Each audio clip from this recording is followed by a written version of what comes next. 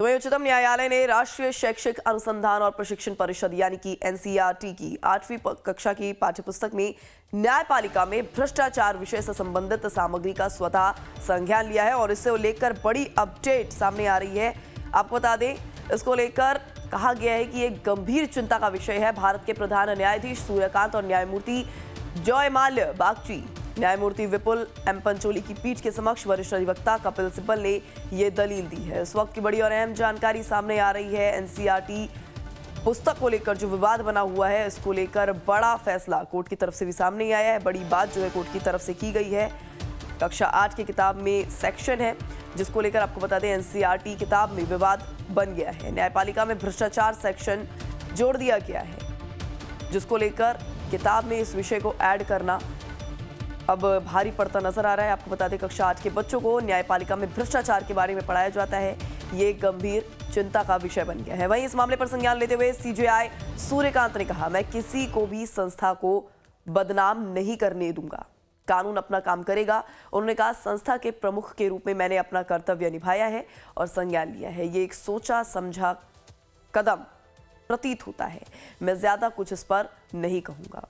तो विवाद आप समझ ही गए होंगे किस तरीके से ये जो विवाद है गहराता नजर आ रहा है। एनसीईआरटी की किताबें जो हर सरकारी स्कूल में चलती हैं, यहाँ तक कि कई प्राइवेट स्कूल भी हैं जहाँ पर एनसीईआरटी की किताबें लगती हैं, और ऐसे में उन किताबों में भ्रष्टाचार का ये मुद्दा जोड़ना या यूं कहें इस विषय को जोड़ना अपने आप में ही गंभीर चिंता का विषय बनता नजर आ रहा है। ये हम नहीं कह रहे, बल्कि सीजेआई ने भी अपनी तरफ से ये टिप्पणी की है।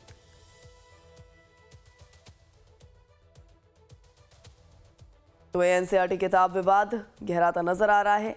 और आपको बता दें, इस किताब में क्या था जिसको लेकर विवाद इतना बढ़ गया है। आपको बता दें, सामाजिक विज्ञान की किताब से जुड़ा ये पूरा मामला बताया जा रहा है, कक्षा 8वीं की, जिसके चैप्टर में न्यायपालिका में भ्रष्टाचार का सेक्शन जोड़ दिया गया है और इसी भ्रष्टाचार के विषय को लेकर अब विवाद बन गया है। आंतरिक जवाबदेही में मैकेनिज्म के बारे में बताया गया है। तो वही किताब में शिकायतों को लेने के लिए तय प्रोसेस का भी जिक्र किया गया है।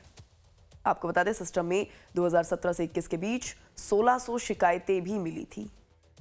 ये तमाम जानकारी आपको बता दें बुक्स में भी साझा की जा रही है, जिसको लेकर विवाद जो है बढ़ता नजर आ रहा है। टेक्स्ट बुक में पूर्व सीजेआई बीआर गवई के बयान का भी जिक्र किया गया है। गवई ने जुडिशरी में करप्शन का मुद्दा उठाया था, जो कि इनके सिलेबस में या यूं कहें किताब में ऐड ऑन कर दिया गया है।